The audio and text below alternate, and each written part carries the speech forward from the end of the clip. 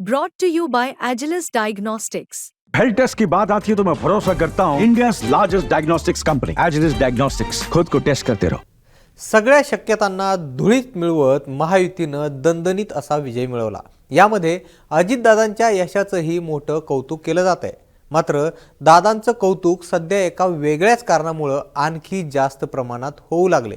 ते म्हणजे कर्जत जामखेडमध्ये आपला पुतण्या रोहित पवारांना निवडून आणण्यात त्यांचा सिंहाचा वाटा होता असं आता बोललं जाऊ लागले। दर्शन घे दर्शन काकाचं मला नाहीतर मी गाण्या थोडक्यात वाचला माझी सभा झाली असती तर काय झालं। याची दोन मुख्य कारण आहेत। एक म्हणजे राम शिंदे यांनी थेट अजितदादांवर केलेले आरोप आणि दुसरं म्हणजे कराडच्या प्रीती संगमावर काका पुतण्याच्या भेटीवेळचा तो खास संवाद। यानंतर अजित पवारांनी रोहित पवारांना खरंच जिंकवलंय का यावरती आता मोठ्या प्रमाणामध्ये चर्चा सुरू झाली। कराडमध्ये अजित पवार आणि रोहित पवार समोरासमोर आले। यावेळी दादांनी शहाण्या थोडक्यात वाचलास तुझ्या मतदारसंघात माझी एखादी सभा झाली असती तर तुझी अडचण झाली असती असं म्हणत कौतुकाची थाप मारत रोहित पवारांना टोला लगावला। यावर रोहित पवारांनी देखील खेळीमेळीनं उत्तर दिलं। अजित पवारांची सभा झाली असती तर काही प्रमाणात मतं वर खाली झाली असती, कदाचित निकाल उलटा देखील लागू शकला असता।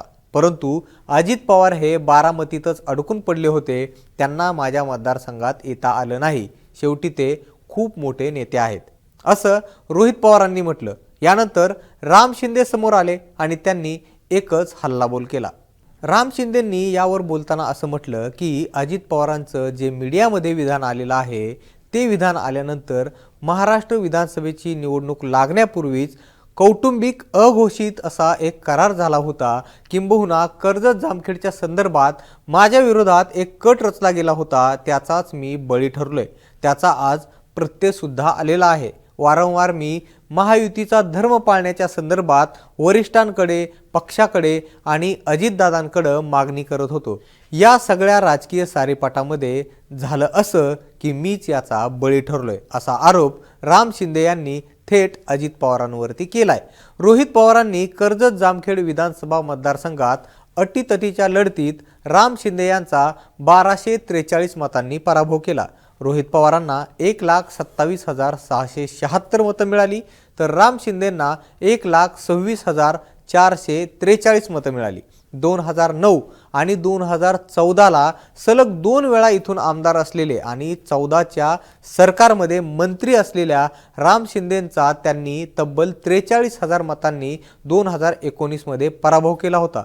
रोहित पवारांनी त्यांची ही कारकीर्द जी आहे राजकीय कारकीर्द याची सुरुवात कर्जत जामखेडमधून केली होती। 2024च्या विधानसभा निवडणुकीमध्ये मात्र रोहित पवारांना खूप मोठ्या प्रमाणात संघर्ष करावा लागल्याचं पाहायला मिळालं।